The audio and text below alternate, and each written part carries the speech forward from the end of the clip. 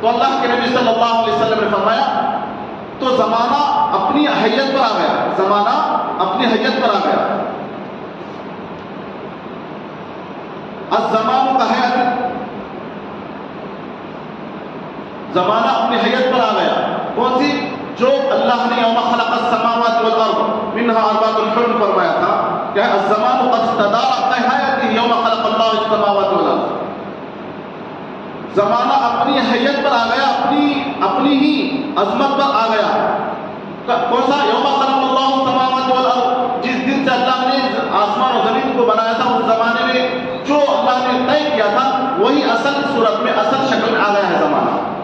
یعنی محرم کا مہینہ محرم میں ہے، ذی القعدہ کا مہینہ ذی القعدہ میں ہے، ذی الحجہ کا مہینہ ذی الحجہ میں ہے، رجب کا مہینہ رجب ہی میں ہے. زمانہ واپس آ گیا اپنے اصل صورت میں. اب اس میں تبدیلی نہیں کر سکتے، اس میں بدل نہیں سکتے، اس کو بدلا نہیں جا سکتا. تو رجب بہت ہی مبارک مہینہ ہے. 4 مہینے جو ہے اشہر حرم کہتے ہیں، 4 مہینوں کو اشہر حرم کہتے ہیں، حرمت والے مہینے. ایک مہینہ کیا ہے؟ محرم، ذوالقعدہ، ذی الحجہ، محرم. 3 مہینے ہوئے. ایک مہینہ رجب، ایک مہینہ یہ الگ مہینہ ہے رجب. رجب کی بھی کیا ہے؟ اس لیے کہ اشہر حرم میں ہونے کی وجہ سے رجب کا مہینہ بہت ہی فضیلت والا مہینہ ہے. اس میں ثواب زیادہ ہو جاتا ہے. اشہر حرم کا مطلب کیا ہے؟ اشہر حرم ہونے کا مطلب کیا ہے؟ اللہ جسے چاہے جیسے چاہے کر سکتا ہے.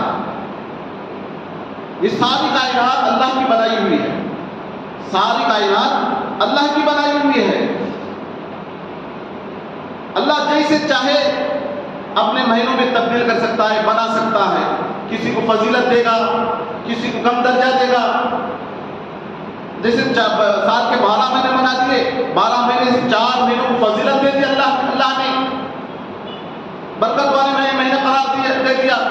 جس طرح سے اللہ نے عورت مخلوق پیدا کیا، فرشتوں کی مخلوق، اس میں تو سارے فرشتے نور ہی سے پیدا بنایا، سارے فرشتوں کو اللہ نے نور ہی سے پیدا کیا. لیکن 4 فرشتوں کو کیا ہے؟ اللہ نے ان کو فضیلت دے دی. 4 مقرب فرشتے، بڑے بڑے فرشتے، جبرائیل علیہ السلام، اسرائیل علیہ السلام، اسرافیل علیہ السلام، میکائیل علیہ السلام. اللہ نے ان کی فضیلت، ان کا مقام اونچا کر دیا. اور اللہ نے کتاب کو بنایا، کتاب کو نازل فرمایا. بہت سارے آسمانی کتابیں نازل فرمائی. ان میں سے 4 کتابوں کو اللہ نے کیا فضیلت دے دی: توریت، زبور، انجیل، قرآن مجید. اللہ نے بہت بڑی فضیلت دے دی. ایسا ہے صحابہ تو سارے کے سارے صحابہ کیا ہیں؟ سب اللہ کے نبی صلی اللہ علیہ وسلم کے ساتھ تھے. ان میں بھی 4 صحابہ کو فضیلت مل گئی، ان کو مقام اونچا ہو گیا. ایسے اللہ نے مہینوں، ابھی شمار کریں تو بہت سارے ایسے ہی آپ کے سامنے نکات آ جائیں گے، بہت سارے باتیں آ جائیں گی. 4 کی عادت ڈالیں گے تو مطلب میرا مقصود کیا ہے؟ اللہ نے کہنا مقصود یہ ہے کہ اللہ نے جسے چاہے اپنا مقام دیتا ہے، فضیلت دیتا ہے. اب جس طرح سے ہم نماز پڑھتے ہیں، بہت اہم عبادت ہے نماز پڑھنا. حدیث میں آتا ہے جو آدمی گھر میں نماز پڑھتا ہے، جو آدمی گھر میں نماز پڑھتا ہے اسے ایک نماز کا ثواب، ایک نماز کا ثواب ملتا ہے. اور جو وہی آدمی اپنی مسجد میں آ کر، محلے کی مسجد میں آ کر نماز پڑھتا ہے تو 25 درجہ اللہ تبارک و تعالیٰ اسے اجر عطا کرتے ہیں. 25 درجہ اجر ملتا ہے اس کو. یہی نماز بیت المقدس میں پڑھیں گے تو 50,000 نمازوں کا ثواب ملے گا. اور مسجد نبوی میں پڑھیں گے یہی نماز تو بھی وہاں چاہے 50,000 نمازوں کا ثواب ملے گا. اور اسی نماز کو حرم میں پڑھیں گے 1 لاکھ نماز کیا ہے 1 لاکھ کے برابر اجر ملے گا. تو عبادت 2 قسم کی ہے، عبادت 2 قسم کی ہے. ایک کیا ہے؟ مکان بدلنے سے کیا ہے، مکان بدلنے سے ثواب بھی بدل جاتا ہے، مکان جگہ بدلنے سے ثواب بھی بدل جاتا ہے.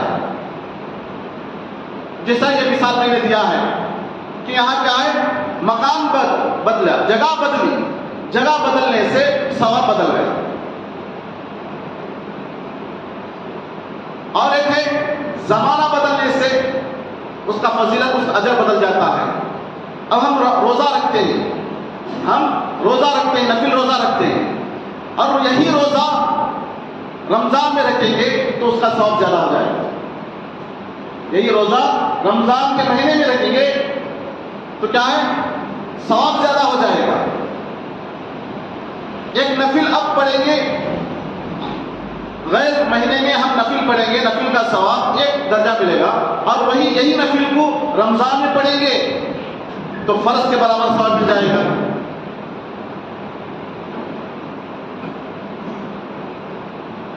اور ایک روزہ ہم رکھتے ہیں نفل روزہ، اس روزے کو ہم 9 ذی الحجہ کو رکھیں گے، 9 ذی الحجہ کو رکھیں گے روزہ، نفل روزہ، تو ثواب بڑھ گیا. حدیث میں آتا ہے اس کے پچھلے صغیرہ گناہ کو اللہ تعالیٰ معاف کر دیتے ہیں، سارے پچھلے گناہوں کو معاف کر دیتے ہیں. اور اسی نفل نماز، نفل روزے کو ہم 10ویں محرم، 9ویں محرم یا 10ویں محرم کو رکھیں گے تو ثواب بڑھ گیا، زیادہ ہو گیا، اجر زیادہ مل گیا. حدیث میں آتا ہے اس کے بھی کیا ہے، پچھلے 1 سال کے گناہ، اور ایک دوسری روایت میں اگلے پچھلے 1 سال کے گناہ اللہ تعالیٰ معاف کر دیتے ہیں، صغیرہ گناہوں.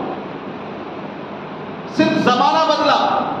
ان دو روایتوں سے 2 قسم کی مثالوں سے ہمیں یہی سمجھ میں آتا ہے، جگہ کے بدلنے سے اور زمانے کے بدلنے سے کیا ہے، عبادت میں زیادتی ہو گئی. ایسا ہی رجب کا مہینہ ہے، اشہر حرم ہے، برکتوں والا مہینہ ہے، اللہ نے اس کو فضیلت دے دی. جسے چاہے اللہ تعالیٰ فضیلت دے سکتا ہے.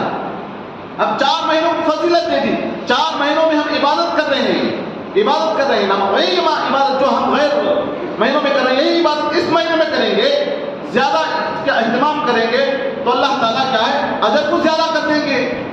اور یہ اجر ہم طے کیے ہوئے نہیں، ہمیں بنا کر نہیں لیتے اجر، یہ اللہ تعالیٰ وحی کے ذریعے سے اور نبی صلی اللہ علیہ وسلم کی زبان مبارک سے ہمیں کہا کہ کہلا دیا، پیغام پہنچا دیا ہے.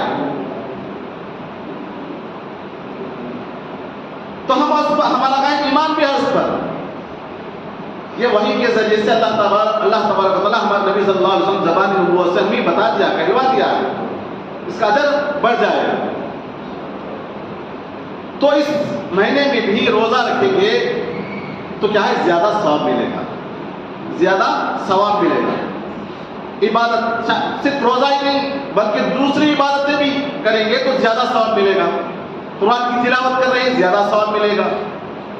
ذکر و اذکار میں لگے ہیں، زیادہ ثواب ملے گا.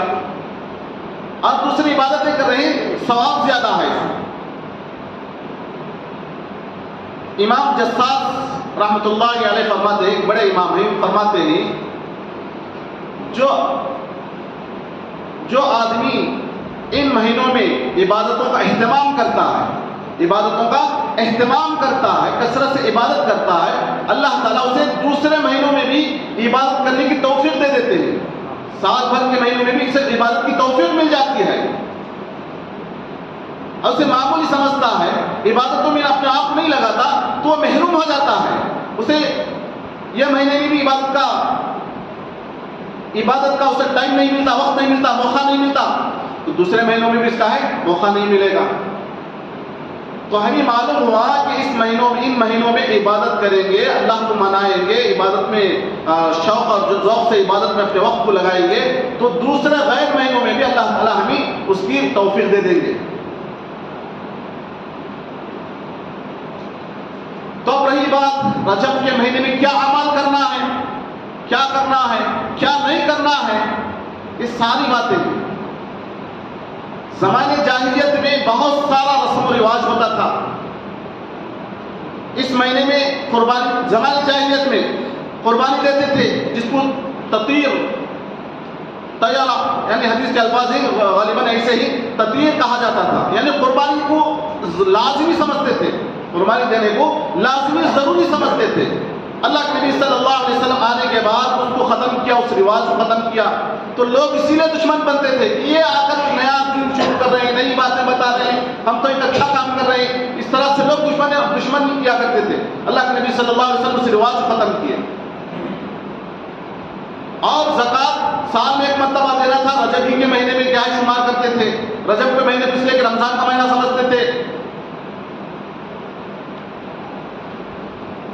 تو اس طرح سے تبدیلی کیا کرتے تھے۔ اللہ کے نبی صلی اللہ علیہ وسلم سارے رسم و رواج کو ختم کرنے کے لیے آئے تھے، سارے جو بری رسم تھا زمانے جاہلیت میں، تو سارے رواج کو اللہ کے نبی صلی اللہ علیہ وسلم نے ختم فرمایا۔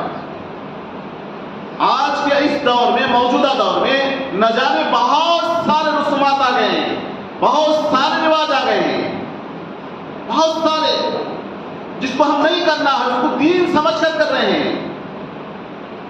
جیسا کہ 22 رجب کو کونڈوں کی کیا ہے، میں یہ بات کہنا چاہ رہا ہوں، اللہ کے نبی صلی اللہ علیہ وسلم جس کام کو روکنے کے لیے آئے تھے، نبی نے کیا ہے، نبی صلی اللہ علیہ وسلم نے اس کام کو روکا اللہ کے حکم سے، یہ ساری برائی ختم کرنے کے لیے آئے تھے۔ 22 رجب کو یہ سمجھ کر کہ امام جعفر صادق رحمہ اللہ اس وقت کیا ہے پیدا ہوئے ہیں، حالانکہ ان کی تاریخ ہی الگ ہے، ان کی